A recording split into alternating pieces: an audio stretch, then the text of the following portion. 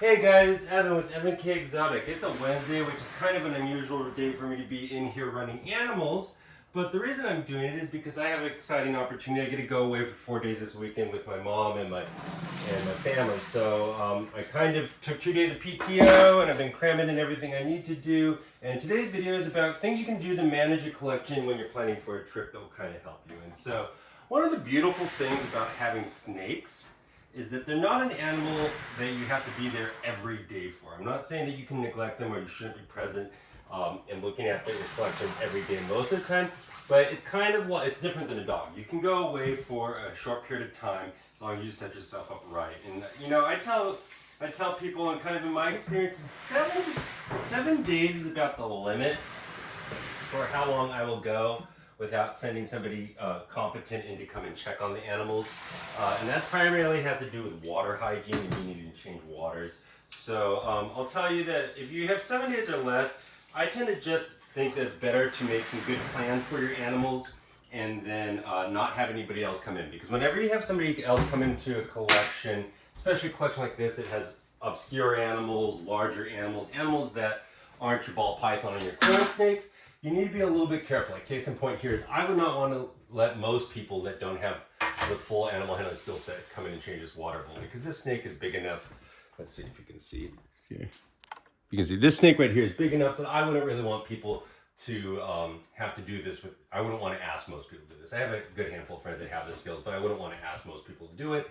But anyways, for 7 days or less, you can usually get away with just leaving your animals be, especially if you have good systems in place and your cages are well designed and you have thermostats and X, Y, and Z. So that's what I tell you. The first thing is to try to limit the amount of outside effort that you need to have input into your collection. At the time, it limits liability, it limits screw-ups.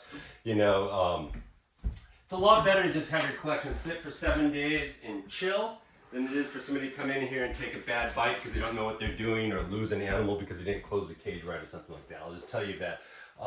These animals are not requiring daily care like a dog, and they're not domesticated, so they don't suffer from a lack of human affection. But at the same time, they do have levels of specialized care that is above and beyond.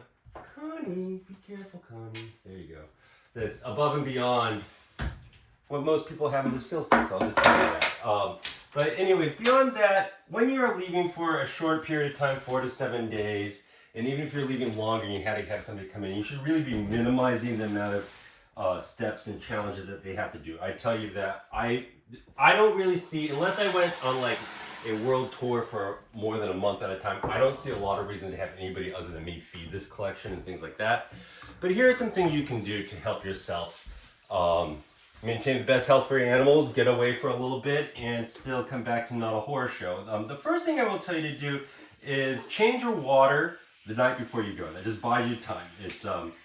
It'll just buy you the time, and when you come back, you don't have to come in and just desperately do it. So I'm going to be gone for 4 days, which means when I come back, I won't have to be doing it at 1 a.m. in the morning. Whereas if I didn't change it midweek, it would be too long for me to go, and I'd be changing them as soon as I got back. That's the first thing I'll tell you to do.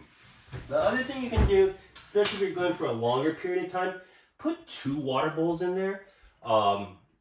Just in case they foul one, there's another clean one. Hopefully they're smart enough to not drink the fouled one, although I wouldn't guarantee or bank on that, but it's just something that'll help you. 2 water bowls, or if they tip one or one evaporates, it's just a little better.